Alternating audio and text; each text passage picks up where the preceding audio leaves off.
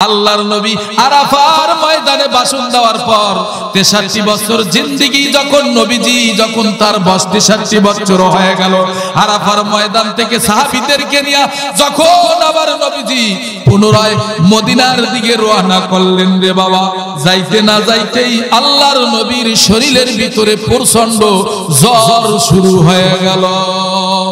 আল্লাহর নবী আম্মা জান আয়েশা সিদ্দিকা রাদিয়াল্লাহু তাআলা আনহাকে ডেকে বলে, আয়েশা আমার শরীর তো ভালো লাগতেছে না রে আয়েশা, আমার বড় মাথা ব্যথা করে।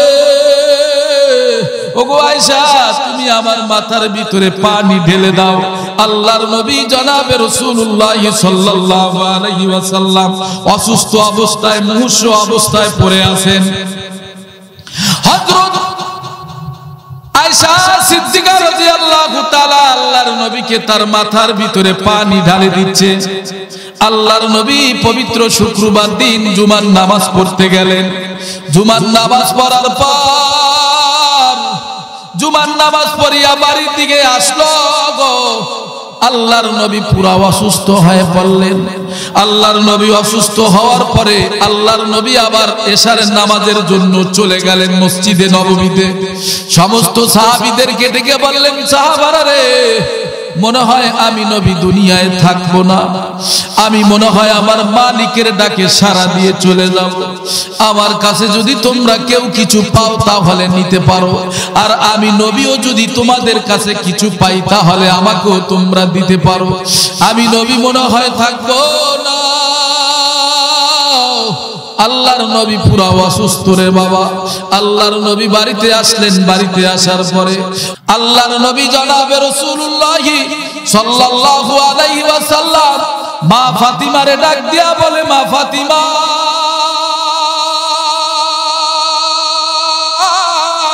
ও আমার মা ফাতিমা, আমার মনে হয় আমি বেশি দিন বাঁচবো না। ওগো মাগো, প্রতি বছর হযরত জিবরাইল আলাইহিস সালাতু ওয়াস সালাম আমাকে এক খতম কোরআন শরীফ শোনায় রে। এই বছর হযরত জিবরাইল আমাকে 2 খতম কোরআন খতম শোনাইছে। ওগো মা বলি, আমি নবী মনে হয় দুনিয়ায় থাকবো না রে মাগো। তোমার যদি কিছু চাওয়ার থাকে পাওয়ার থাকে আমার থেকে চেয়ে নিতে পারো। এই কথার বলার পরে হযরত ফাতেমা রাদিয়াল্লাহু তাআলা কান্না শুরু করলো। মায়ার নবীর চেহারার দিকে তাকায়া ফাতেমা রাদিয়াল্লাহু তাআলা চোখের পানি ছেড়ে দিয়ে অজরে কান্না করে আর বলে, বাবা গো, আপনি দুনিয়ার থেকে বিদায় হয়ে যাবেন রে বাবা, আমরা কার চেহারার দিকে তাকায়া আমাদের ক্ষুধা নিবারণ করব রে বাবা গো। আল্লাহর নবী ফাতেমার কান্না দেখিয়া ফাতেমারে সান্ত্বনা দিয়া বলে, ও মা ফাতিমা, কান্না কইরো না। ও মা ফাতিমা, তোমারে আর একটা সুসংবাদ শুনাই রে মাগো। আমি নবী দুনিয়ার থেকে বিদায় হওয়ার পর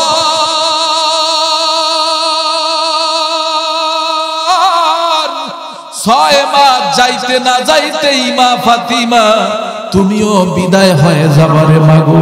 তোমার সঙ্গে জান্নাতের ভিতরে মাগো আমার সঙ্গে সর্বপ্রথম দেখা হবে। একটু জোরে বলা যাবে আল্লাহু আকবার। আল্লাহর নবী জনাবে রাসূলুল্লাহ সাল্লাল্লাহু আলাইহি ওয়াসাল্লাম মা ফাতিমাকে সান্ত্বনা দেওয়ার পর মা ফাতিমা 2 চোখের পানি ফলায়। এদিকে আম্মা জান আয়েশা সিদ্দিকা রাদিয়াল্লাহু তাআলা কান্না করে। ঘরের ভিতরে হযরত হাসান আর হুসাইন তারাও 2 নাতিন কান্না করতেছে। মায়ার নবী ডাক দিয়া বলে, আমার আদরের দুলালি, ও আমার নাতিন হাসান আর হুসাইন, এদিকে আসো।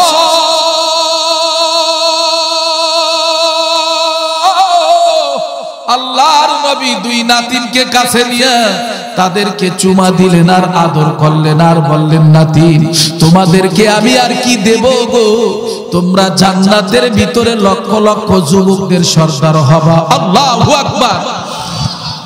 আল্লাহর নবীর ঘরের ভিতরে একটা কান্নার রোল পইরা গেল। এদিকে আল্লাহর হুকুমে হযরত আজরাইল আলাইহিস সালাতু ওয়াস সালাম মায়ার নবীর দরজার কিনারে আসিয়া নক করলেন। নক করার সাথে সাথে আল্লাহর নবী ডাক দিয়া বলে, ও মা ফাতিমা, আল্লাহর মেহমান আমার বাড়িতে আছে, তারে একটু জায়গা করে দাও, দরজাটা খুলে দাও। মায়ার নবী জনাবে রাসূলুল্লাহ সাল্লাল্লাহু আলাইহি ওয়াসাল্লাম আহারে যখন ফাতিমা রাদিয়াল্লাহু তাআলা আনহাকে ইজাজত দিলেন, আল্লাহর নবী জনাবে রাসূলুল্লাহ সাল্লাল্লাহু আলাইহি ওয়াসাল্লামের হুকুম পাওয়া মাত্র ফাতিমা রাদিয়াল্লাহু তাআলা দরজার কিনারে যাইয়া আর দরজাটা খুলতে পারলেন না, অসুস্থ হয়ে পড়ে গেলেন। আল্লাহর নবী বলে, মা ফাতিমা, ও মা, আল্লাহর মেহমান বাড়িতে আছে, দরজাটা খুলে দাও, তিনি ঘরে আইসা বসুক, তুমি কেন অসুস্থ? ফাতেমা রাদিয়াল্লাহু তাআলা দুই চোখের পানি ছেড়ে দিয়ে ডাক দিয়া বলে, বাবা গো, ও আমার বাবা গো, এরকম মানুষ তো আমি কোনোদিন দেখি না, যেই মানুষটার পা হইল জমিনে আর মাথা হইল আসমানে, বড় দুইটা চক্ষু বড় দিঘির মতন, শরীরের রুম দিয়ে আগুনের ঝিলকি বের হইতেছে রে বাবা গো। মায়ার নবী ফাতেমারে সান্ত্বনা দিয়া বলে, মা তুমি সান্ত্বনা হও, মা অধৈর্য হইও না, আল্লাহর মেহমানকে ঘরে আসতে দাও। হযরত আজরাইল আলাইহিস সালাম ঘরে আসলো রে যুবক। হে আমার গর্ভবতী থানা বদরপুর এলাকার মুসলমান বাবারা, হে আমার যুবক ভাই, হে আমার বৃদ্ধ বাবাদিরা, হে আমার পর্দার অন্তরে মা বোনেরা, দিলের কান দিয়া মাইকের আওয়াজটা দিলের সঙ্গে লাগাইয়া কথাগুলা শোনো রে বাবু। কারণ কারো কপালে হেদায়েত লেখা থাকে না, হেদায়েতের মালিক কে? আর জোরে বলেন কে? আল্লাহর নবী জনাবে রাসূলুল্লাহ সাল্লাল্লাহু আলাইহি ওয়াসাল্লাম ফাতেমারে সান্ত্বনা দিয়া বসাইলে, এদিকে ফাতেমাও কান্না করে, হযরত আম্মা জান আয়েশা সিদ্দিকা রাদিয়াল্লাহু তাআলা আনহাও কান্না করে। আজরাইল বললেন, আজরাইল ঘরের ভিতরে প্রবেশ করলেন। ঘরের ভিতরে প্রবেশ করার পর রে যুবক, আল্লাহর নবী জনাবে রাসূলুল্লাহ সাল্লাল্লাহু আলাইহি ওয়াসাল্লাম মা ফাতিমারে ডাক দিয়া বলে, ফাতিমা, আল্লাহর মেহমানকে বসতে জায়গা দাও। হযরত আজরাইল আলাইহিস সালাম বসলেন। এবার ঘরের ভিতরে সবাই কান্না রোনাজারি শুরু কইরা দিল। মায়ার নবী বলে, ভাই আজরাইল, তুমি তো কির জন্য আসছো আমি তো জানি রে ভাই আজরাইল, তুমি আমার জান নেওয়ার জন্য আসছো, তুমি তোমার কাজ সমাধান করতে আর শুরু করতে পারো। মায়ার নবী এই কথা বলার পরে হযরত আজরাইল আলাইহিস সালাম বলে, ইয়া রাসূলুল্লাহ, ইয়া হাবিবাল্লাহ গো, যতক্ষণ পর্যন্ত আপনি হুকুম না দেবেন ততক্ষণ পর্যন্ত আমি আপনার আর মৃত্যুর কাজ কিন্তু শুরু করতে পারবো না। আর যদি নবী গো আপনি যদি দুনিয়ায় থাকতে চান, আপনারে থাকতেও দেওয়া হবে, কারণ আল্লাহ আমাকে ইজাজত দিয়া দিছে। প্রিয় ভাইয়ের আমার, বন্ধুরা আমার, আল্লাহর নবী এই কথা বলার পরে আরে হযরত আজরাইল আলাইহিস সালাতু ওয়াস সালাম বলে, ইয়া রাসূলুল্লাহ, ইয়া হাবিবাল্লাহ গো, যতক্ষণ পর্যন্ত আপনি হুকুম না দেবেন রে ততক্ষণ পর্যন্ত আপনার জান কবজের কাজ আমি শুরু করব না। এদিকে মায়ার নবীর কান্না দেখিয়া আল্লাহর নবী অসুস্থ হয়ে পড়লেন। আল্লাহর হুকুমের অবস্থা দেখিয়া আল্লাহর অর্ডার পাওয়া মাত্র হযরত জিবরাইল আলাইহিস সালাতু ওয়াস সালাম মায়ার নবীর কাছে প্রবেশ হয়ে গেল। আল্লাহর নবী হযরত জিবরাইল আলাইহিস সালাতু ওয়াস সালামকে বলে, ভাই জিবরাইল, তুমি তো আমার সুখে দুঃখের বন্ধু। ও ভাই জিবরাইল, তুমি তো আসছো, এখন তো আমি চলে যাব, কিন্তু ভাই জিবরাইল তুমি ভালো কইরা শোনো, আমি নবী দুনিয়ার থেকে বিদায় হওয়ার পর আমার উম্মতের কি অবস্থা হবে, এই ওয়ারেন্টি কার্ড যদি তুমি জিবরাইল দিতে পারো, আমার মালিক যদি তোমার মাধ্যমে শুনাইতে পারে রে, আমি তাহলে চলে যাব রে ভাই জিবরাইল। হযরত জিবরাইল আলাইহিস সালাতু ওয়াস সালাম আর আল্লাহর নবী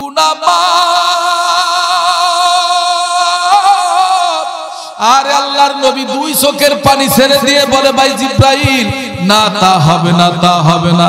জিবরাইল আলাইহিস সালাতু ওয়াস সালাম বলেন, ও ইয়া রাসূলুল্লাহ, ইয়া হাবিবাল্লাহ, তাহলে আল্লাহ সুসংবাদ জানাইছেন 6 মাস আগে যদি আপনার উম্মত খাঁটি তওবা কইরা মরতে পারে, আপনার উম্মতের গুনাহ আল্লাহ মাফ কইরা দেবে। মায়ার নবী বলে, ভাই জিবরাইল, না না না, এতেও হবে না। আর জিবরাইল আলাইহিস সালাতু ওয়াস সালাম বলেন, ইয়া রাসূলুল্লাহ, ইয়া হাবিবাল্লাহ, আপনার উম্মত যদি মৃত্যুর আগে যদি খাঁটি তওবা করিয়া চোখের পানি নিয়া যদি এনার ইন্তেকাল করতে পারে, আল্লাহ পাক রব্বুল আলামিন তার জীবনের গুনাহ খাতা মাফ করিয়া দিয়া আল্লাহ তাকে জান্নাতবাসী করে দেবেন।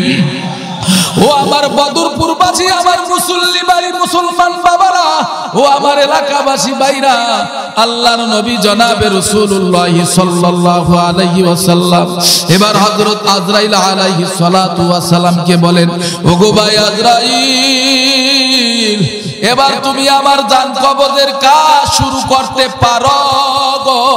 আল্লাহর নবীর হুকুম পাওয়া মাত্র হযরত আজরাইল আলাইহিস সালাতু ওয়াস সালাম মায়ার নবীর সিনা মোবারক হাত রাখলেন।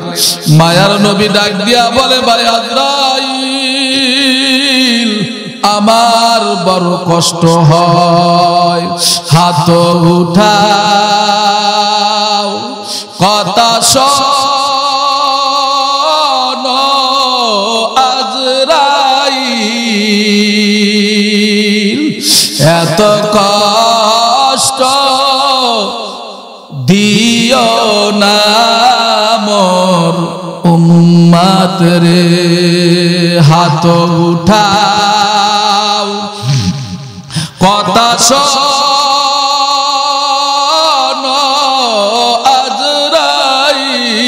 আজরাইল, এত কষ্ট দিও না মোর উম্মত রে, এত কষ্ট দিও না মোর উম্মত রে।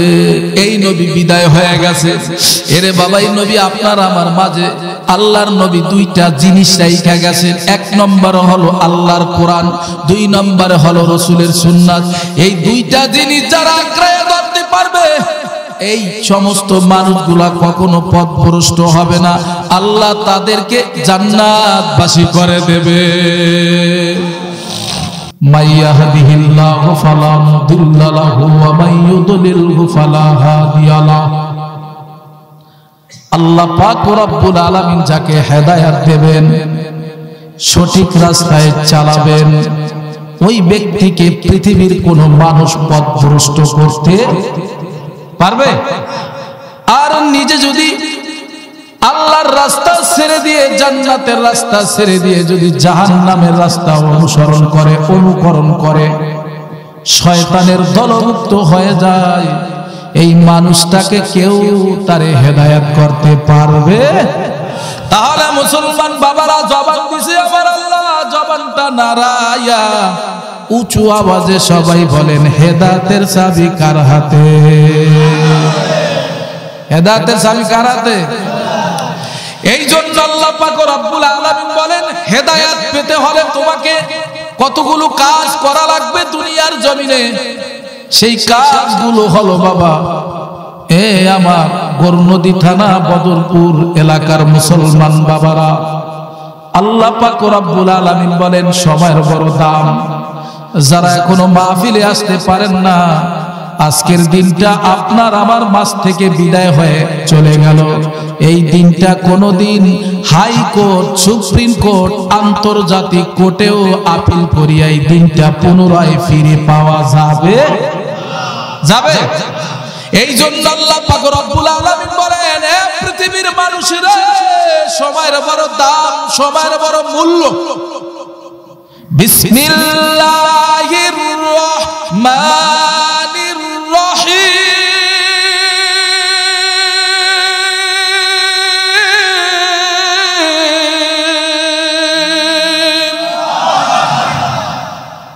ওয়াল আসর ইন্নাল ইনসানা লাফি খুসর ইল্লাল্লাযীনা আমানু ওয়া আমিলুস সালিহাতি ওয়া তাওয়াসাউ বিল হাক্কি ওয়া তাওয়াসাউ বিস সাবর। আল্লাহ পাক রব্বুল আলামিন বলেন, সময়ের কসম, সময়ের বড় দাম, সময়ের বড় মূল্য। মুফাসসিরিন কিরামগণ বলেন, সময়ের কেন কসম আল্লাহ খাইলেন? কারণ মুফাসসিরিন কিরামগণ এটার অর্থ ব্যাখ্যা বিশ্লেষণ বাঁধতেছেন। আল্লাহ পাক রব্বুল আলামিন সময়ের কসম খাওয়ার পরে আল্লাহ বলতেছে আসরের নামাজের কসম। কারণ মানুষ হাজারো ব্যস্ততার ভিতরে আসরের নামাজ আদায় করে, কথা ঠিক কিনা জোরে কন। ভাইরা আমার, বন্ধুরা আমার, আল্লাহ পাক রব্বুল আলামিন কসম খাওয়ার পরে বলে, এ পৃথিবীর মানুষ রে, ভালো করে শুনে নাও। আল্লাহ বলেন, ওয়াল আসর ইন্নাল ইনসানা লাফি খুসর। দুনিয়ার সমস্ত মানুষ ক্ষতিগ্রস্তর ভিতরে আছে। আপনি ক্ষতিগ্রস্তর ভিতরে আছেন, আমি ক্ষতিগ্রস্তর ভিতরে আছি। আমার মা, আমার বাবা, আমার ভাই, আমার পরিবার, আমার বন্ধু, আমার এলাকাবাসী, গ্রামগঞ্জের মানুষ, গোটা পৃথিবীর মানুষ সবাই ক্ষতিগ্রস্তর ভিতরে আছে। তবে চার গুণওয়ালা মানুষ ব্যতীত সবাই ক্ষতিগ্রস্তর ভিতরে আছে। কয় গুণ জোরে কন, কথা কন, কয় গুণ? হ্যাঁ, চার গুণওয়ালা মানুষ ক্ষতিগ্রস্তর ভিতরে নাই। এই চার গুণ মানুষওয়ালা ব্যতীত সবাই ক্ষতিগ্রস্তর ভিতরে আছে। আল্লাহ পাক রব্বুল আলামিন বলেন, ওয়াল আসর ইন্নাল ইনসানা লাফি খুসর ইল্লাল্লাযীনা আমানু ওয়া আমিলুস সালিহাতি ওয়া তাওয়াসাউ বিল হাক্কি ওয়া তাওয়াসাউ বিস সাবর। আল্লাহ পাক রব্বুল আলামিন এই চার গুণওয়ালা মানুষ সম্পর্কে বলতেছে। এই চার গুণওয়ালা মানুষ কারা? আল্লাহ পাক রব্বুল আলামিন বলে, যারা এক নম্বরে আল্লাহর অদৃশ্যের উপরে ঈমান আনয়ন করবে। আল্লাহরে আমরা দেখছি নাকি বলেন, কথা কার দেখছি? আল্লাহরে না দেখা বিশ্বাস করার নাম হলো ঈমানদার, কথা কার? ঘুমাননি আপনারা, ঘুমান? তাহলে কথা কন, এক নম্বর ঈমানদারের গুণ হলো আল্লাহকে না দেখা আল্লাহর অদৃশ্যের উপরে ঈমান আনয়ন করতে হবে। এই চার গুণওয়ালা মানুষকে আল্লাহ পাক রব্বুল আলামিন এক নম্বর গুণের কথা বলছে। দুই নম্বর গুণের মানুষ হলো যারা ঈমান আনয়ন করছে রে।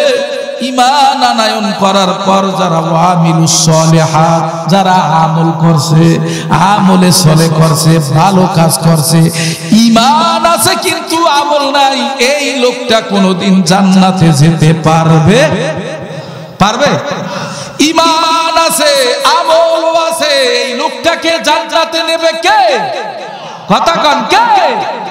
তাহলে ঈমানও দরকার, আমলও দরকার।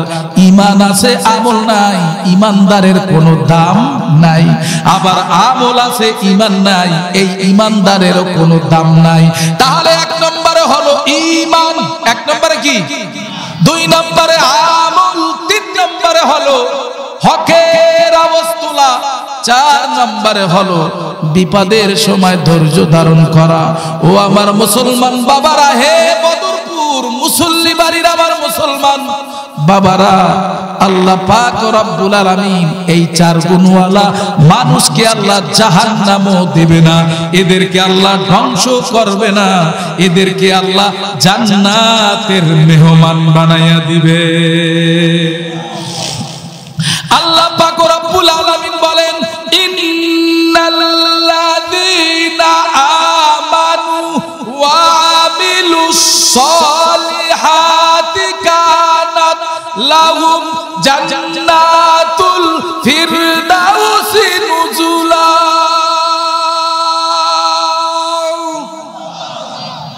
আল্লাহ পাক রব্বুল আলামিন বলেন, নিশ্চয় নিশ্চয় যারা এক নম্বরে আল্লাহর অদৃশ্যের উপরে ঈমান আনয়ন করবে, দুই নম্বরে যারা আমলে সলে করবে, তিন নম্বরে যারা আল্লাহ পাক রব্বুল আলামিন বলে ওগো হাবিব তাদেরকে জানাইয়া দেন যারা এক নম্বরে ঈমান আনয়ন করবে, দুই নম্বরে আমলে সলে করবে, আল্লাহ তাদের জীবনের গুনাহ খাতা maaf করিয়া দিয়া আল্লাহ পাক রব্বুল আলামিন তাদেরকে জান্নাতের ভিতরে সবচাইতে একটি জান্নাত হলো যেই জান্নাতের নাম হলো জান্নাতুল ফেরদাউস, একটি বৃহত্তম জান্নাত। ওই জান্নাতের মেহমান এই দুই গুণওয়ালা মানুষকে বানায়া দেবে। জোরে কোন সুবহানাল্লাহ। তাহলে ঈমান দরকার আছে না নাই? ঈমানের পরে কি লাগবে ভাই? কথা কন, কি লাগবে? তাহলে ভাইয়ের আমার, বন্ধুরা আমার, এই পৃথিবীতে আল্লাহ পাক রব্বুল আলামিন অগণিত নবী রাসূল আল্লাহ পাঠাইছেন, 1 থেকে 1.5 লক্ষ পয়গম্বর আল্লাহ পাঠাইছেন। প্রত্যেকটা নবীকে আল্লাহ একটা দিন দিয়েছেন, ধর্ম দিয়েছেন। ইন্নাদ দীনা ইনদাল্লাহিল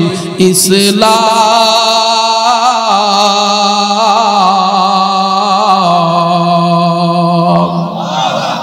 এবার জবান দিয়েছে আল্লাহ, জবানটা নাড়ায়া উঁচু আওয়াজে সবাই বলবেন মুসলমানের ধর্মের নাম কি? ইসলাম কি মারামারি, কাটাকাটি, হিংসা করা, গীবত করা, আরেক ঘরে আগুন লাগানো, পরনিন্দা করা, শেকায়ত করা, অহংকার করা? ইসলাম ধর্মের নাম কি, অর্থ কি? কথাকার কথাকার ইন্নাদ দীনা ইনদাল্লাহিল ইসলাম।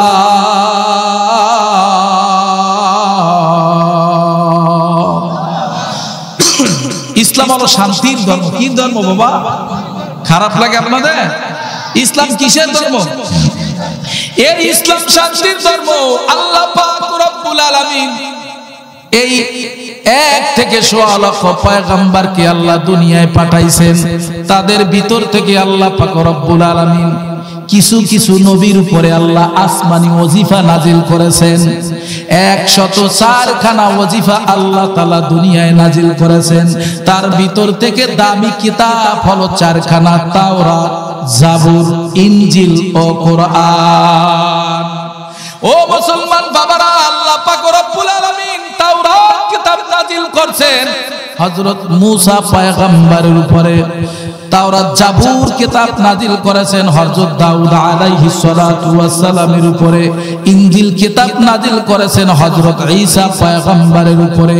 আর মহাগ্রন্থ কোরআনুল কারীম নাজিল কিন্তু মহাগ্রন্থ কোরআনুল কারীম নাজিল করার পরে আল্লাহ তাআলা বলছেন এই কোরআনের হেফাজতের জিম্মাদারি স্বয়ং আল্লাহ রব্বুল আলামিন, আমি আল্লাহ নিজে নিলাম। কে নিছে? ইন্না নাহনু নাযালনা যিকরা ওয়া ইন্না লাহু লাহাফিজুন।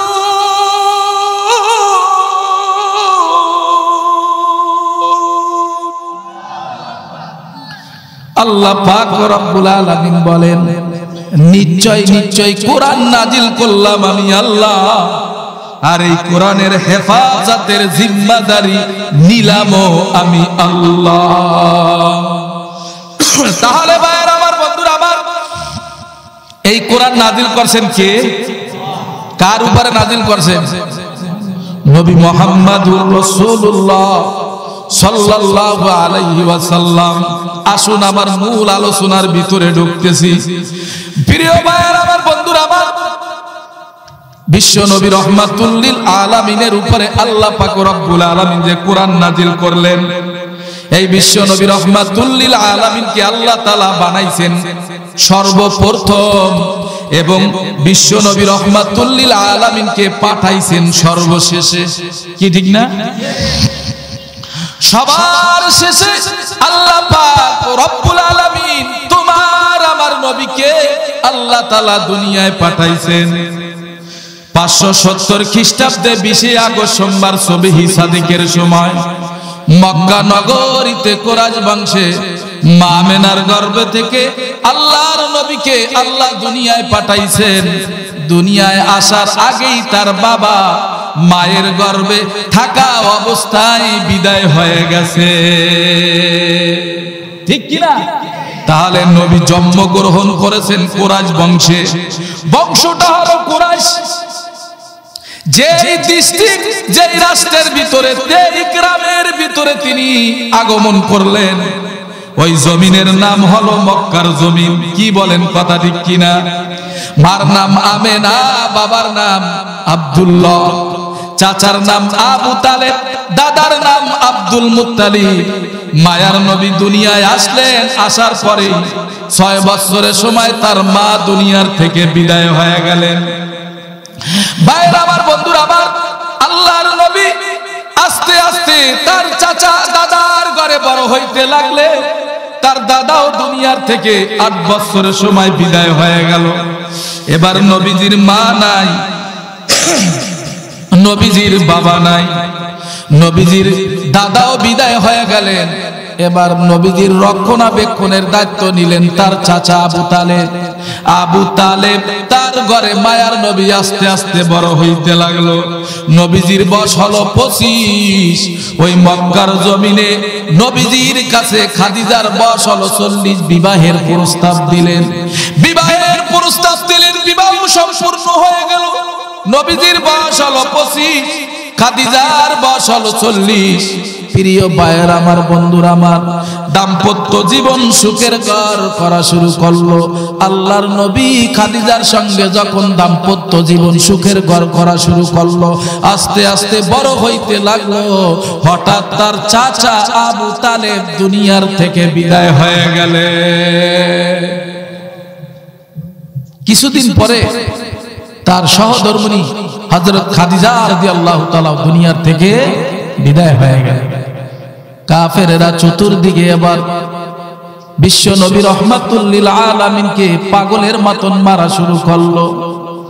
আবু জাহেল একদিন মায়ার নবীরে দাঁড় করায় দিলেন, হে আব্দুল্লাহর ছেলে মুহাম্মদ, তুমি তো আমাদের ধর্মের বিরুদ্ধে কথা কও, লাউচ্চার বিরুদ্ধে কথা কও। তুমি আমাদের সূর্যের পূজা করতে মানা করো, দেবতার পূজা করতে মানা করো, তুমি আমাদের নিম গাছের পূজা করতে মানা করো, তুমি আমাদের বট গাছের পূজা করতে মানা করো। হে আব্দুল্লাহর ছেলে মুহাম্মদ, তোমার যদি এই মক্কার জমিনে বড় নারী লাগে নারী দেব, গাড়ি লাগলে গাড়ি দেব, বাড়ি লাগলে বাড়ি দেব, তারপরও তুমি আমাদের ধর্মের বিরুদ্ধে কথা বলতে পারবা না। এবার সবাই বলেন, নবীজি তার চাচাদের থ্রেট খাওয়ার পরে, কাফেরদের থ্রেট খাওয়ার পরে নবীজি দিনের দাওয়াত কমছে না বাড়ছে? আর কথা বলেন, কমছে না বাড়ছে? কাফেরদের থ্রেট খাওয়ার পরে নবী কি ঘরে ঘুমাই রইছে? দিনের দাওয়াত আরো বাড়াইছে না বাবা? কথা বলেন, আরো বাড়াইছে না? ভাইয়েরা আমার, বন্ধুরা আমার, আল্লাহর নবী জনাবে রাসূলুল্লাহ সাল্লাল্লাহু আলাইহি ওয়াসাল্লামকে আবু জাহেল একদিন দাঁড় করায় দিলেন। হে আব্দুল্লাহর ছেলে মুহাম্মদ, তোমারে আমি কত বুঝাইলাম, তুমি কিন্তু আমাদের বুঝ নিলে না। আল্লাহর নবীকে ঠাস করে আবু জাহেল একটা সবে ডাকাত লাগায়া দিল। আল্লাহর নবী বলে, চাচা,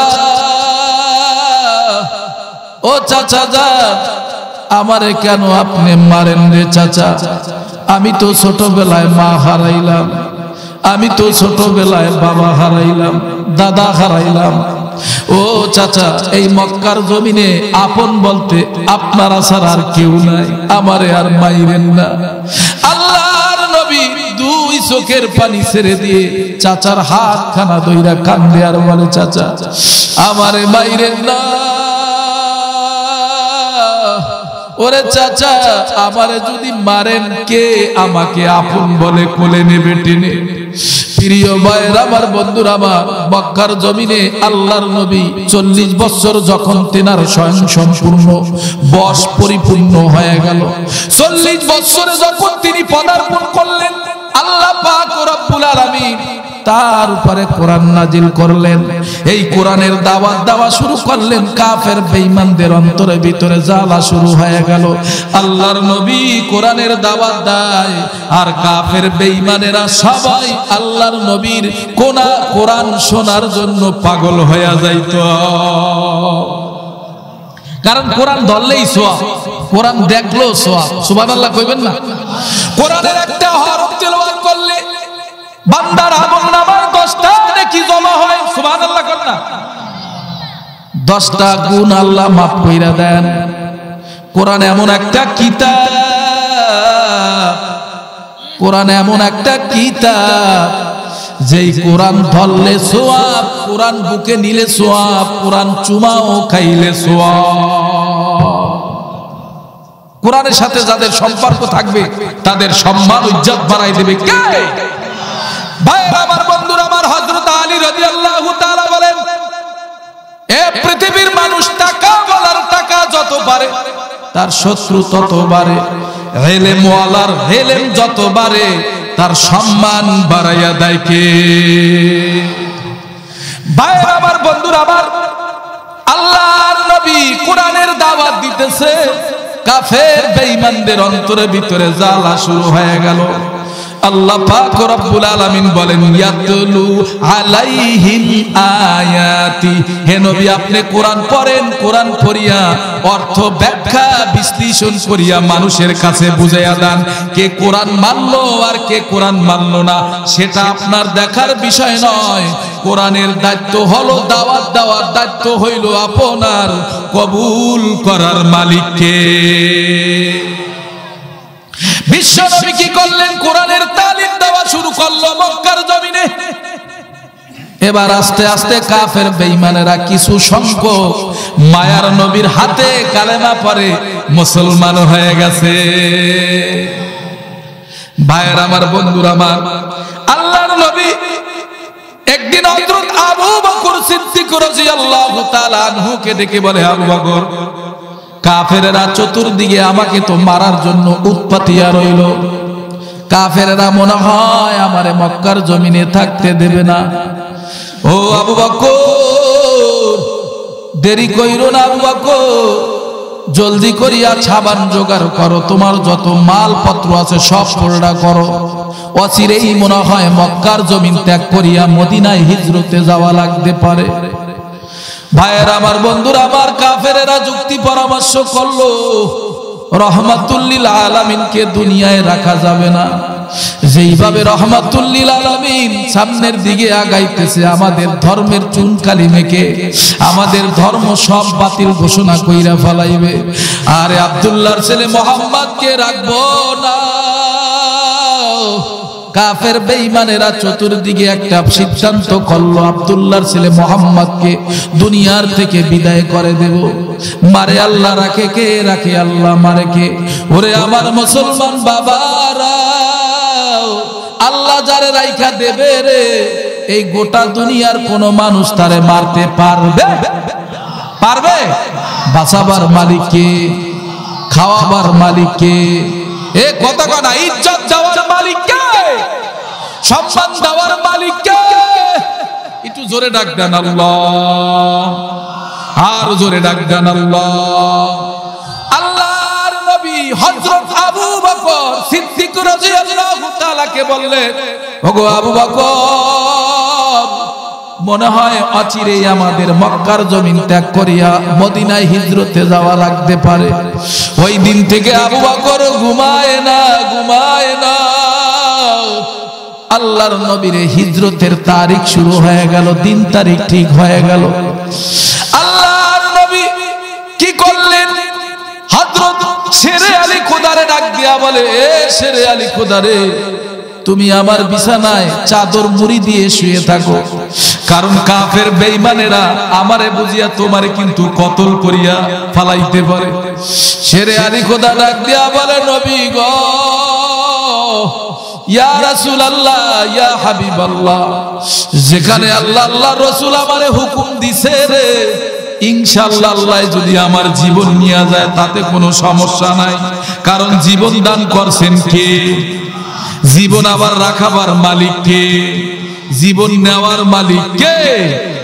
ভাইরা আমার, বন্ধুরা আমার, হযরত শেরে আলী খোদাকে আল্লাহর নবী বললেন, ওরে শেরে আলী খোদা রে, তুমি আমার চাদর মুড়ি দিয়ে শুয়ে থাকো, শেরে আলী খোদার চাদর মুড়ি দিয়ে শুয়ে রইলেন। আল্লাহর নবী কাফের বেঈমানদের মাল বুঝাইয়া দিয়া নিজের ঘরে চলে গেলেন। এদিকে নিজের ঘরে যাওয়ার পরে রাত্র আস্তে আস্তে গভীর হইতেছে রে বাবা। ভাইয়ার নবী দেখে কাফের বেঈমানেরা চতুর্দিকে উৎপাতিয়া রইল। মায়ার নবী টেনশনে পড়ে গেল। আল্লাহ পাক রব্বুল আলামিন বলেন, ওগো জিব্রাইল, জলদি করিয়া যাও, আমার হাবিবকে যাইয়া সালাম জানাও।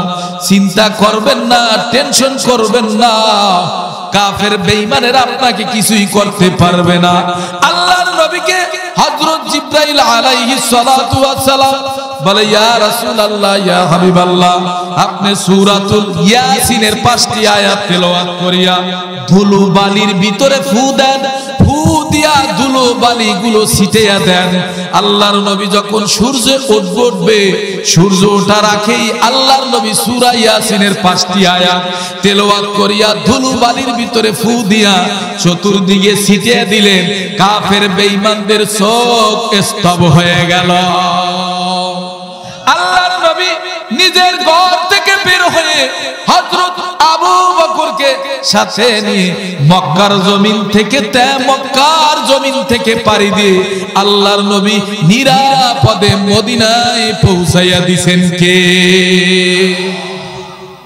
ভাই আমার বন্ধুরা আমার, আল্লাহর নবী সংক্ষেপে আমি বলতেছি, মদিনার জমিনে তিনি যখন দ্বীনের গান গাইতেছেন, কালেমার গান গাইতেছেন, কাফের বেঈমানেরা নবীর হাতে কালেমা পড়ে মুসলমান হইতেছেন। মুসলমানের সংখ্যা হইতে হইতে প্রায় 10,000 পর্যন্ত হয়ে গেছে।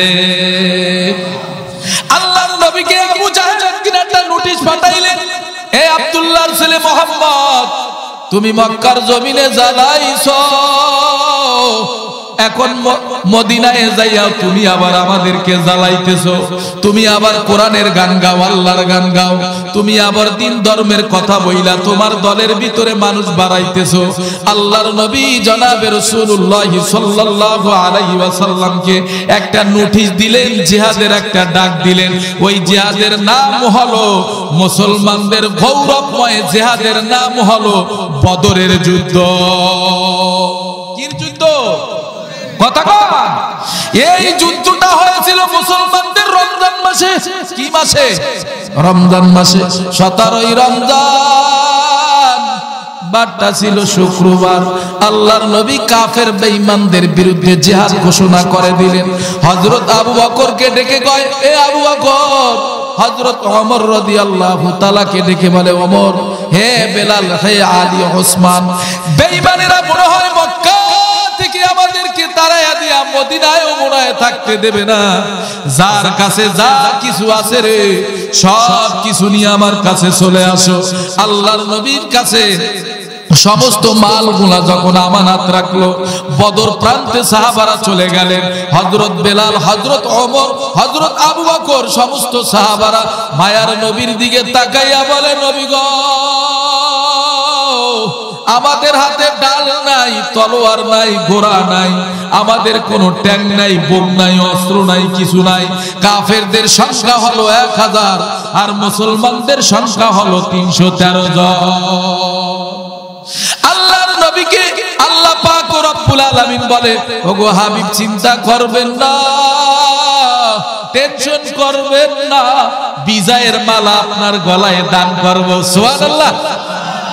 বিজয় দেওয়ার মালিক কে? আর জোরে বলেন, বিজয় দেওয়ার মালিক কে?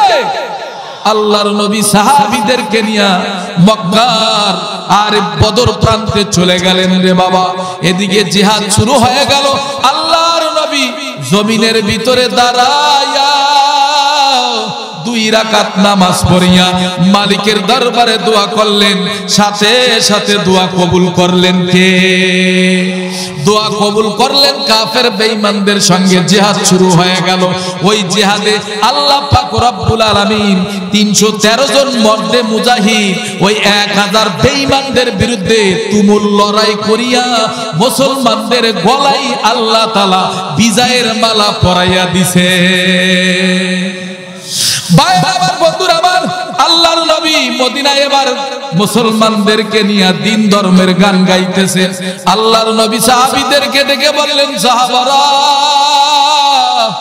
ওগো সাহাবারা, আমার মায়ের দেশ হলো মক্কায়, আমার বাবার দেশ হলো মক্কায়, আমার মন চায় আমি আবার একটু মক্কায় যাই।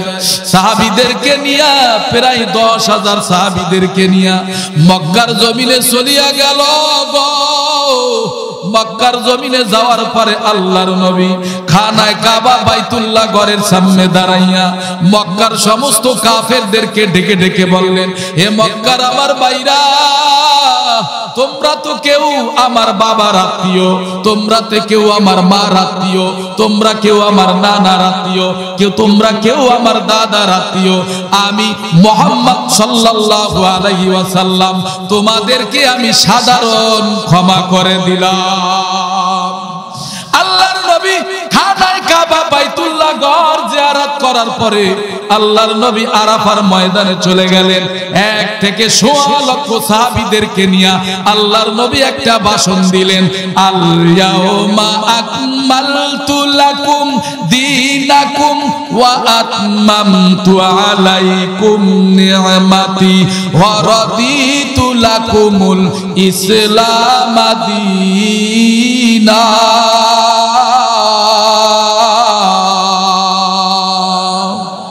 একটু জোরে বলা যাবে আল্লাহু আকবার? আর একটু জোরে বলা যাবে আল্লাহু আকবার? আরে ভাই, মুমিনের সামনে যখন কোরআন তেলাওয়াত করা হয় মুমিনের ঈমান বাড়ায় দেয় কে?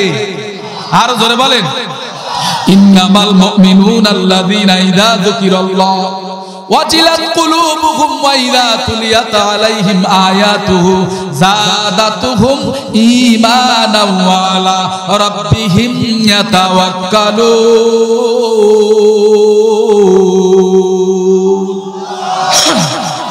ভাইরা আমার, বন্ধুরা আমার, আল্লাহর নবী আরাফার ময়দানে ভাষণ দিলেন। 1 থেকে 1.5 লক্ষ সাহাবীদেরকে নিয়ে আল্লাহর নবী ভাষণ দেওয়ার পর আল্লাহর নবী বললেন, দিন এখন পরিপূর্ণ। আল ইয়াউমা আকমালতু লাকুম দীনাকুম ওয়া আতমামতু আলাইকুম নি'মাতি ওয়া রাদিতু লাকুমুল ইসলাম দীনা। আল্লাহর নবী বললেন, ওগো সাহাবারা, দিনের এখন একটু কমাইতে পারবা না, বাড়াইতে পারবা না? তাহলে আমার আলোচনা এখানে শেষ। তো আমি যেই মহাগ্রন্থ কোরআনুল কারীম থেকে যে আয়াতে কারিমা তেলাওয়াত করেছিলাম যে আল ইয়াউমা আকমালতু লাকুম দীনাকুম ওয়া আতমামতু আলাইকুম নি'মাতি ওয়া রাদিতু লাকুমুল ইসলাম দীনা, যাই হোক সময় স্বল্পতার কারণে আর সামনে যেতে পারলাম না।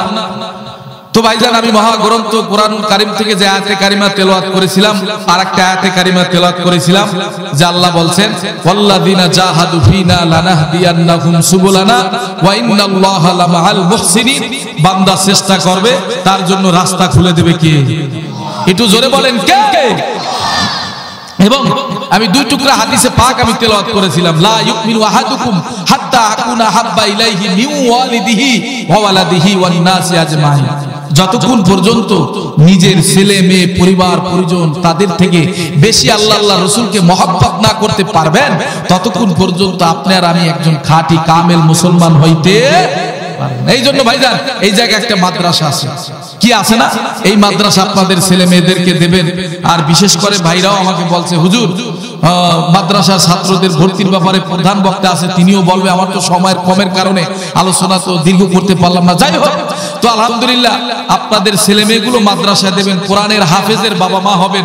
হলে আপনার ছেলে যদি আপনার জানাজার নামাজটা পড়াইতে পারে, আপনার লাশটা যদি কাঁধে করে, এই সন্তান যখন কবরে রাখার পরে, এই সন্তান যখন মাটি দিয়া যদি ওই কবরের সামনে দাঁড়াইয়া এই সন্তান যদি সূরা ইয়াসিন, সূরা রহমান তেলাওয়াত করে, তখন ওই পিতামাতার চাইতে এত সুন্দর সৌভাগ্যবান ভালো পিতামাতার কেউ পৃথিবীতে হতে পারে? কথা বলেন, পারে? এই জন্য আপনাদের ছেলে মেয়েকে মাদ্রাসায় দেবেন। নবী আমার বলেন, কুন আলিমান আও মুতাল্লিমান আও মুস্তামিয়ান আও মুহিব্বান ওয়ালা তাকুন খামিসান ফাতাহলি। নবী আমার বলেন, তুমি আলেম হও, আলেম না হইতে পারলে তলবে ইলম হও, তা না হইতে পারলে আলেমদেরকে মহব্বত করো, তা না পারলে আলেমদের কথা শুইনা শুইনা আমল করো, তা না হলো কিন্তু পঞ্চম নম্বর ব্যক্তি হয়েও না। যদি হও হালাক হয়ে যাবেন। তাহলে আমরা সবাই সকলে আমরা এই মাদ্রাসাকে মহব্বত করব, এলাকার সবাই আমাদের ছেলে মেয়েদেরকে মাদ্রাসায় দেব ইনশাআল্লাহ। রাজি আছি তো ইনশাআল্লাহ? কে কে রাজি আছি? নারায়ে তাকবীর। একটু সবাই হাত জাগান, একটু নারা দেন নারায়ে তাকবীর, একটু হাত নারা দেন নারায়ে তাকবীর। আল্লাহ সবাইকে কবুল করুক, জোরে বলেন আমিন। সবাই ভালো থাকুন, সুস্থ থাকুন।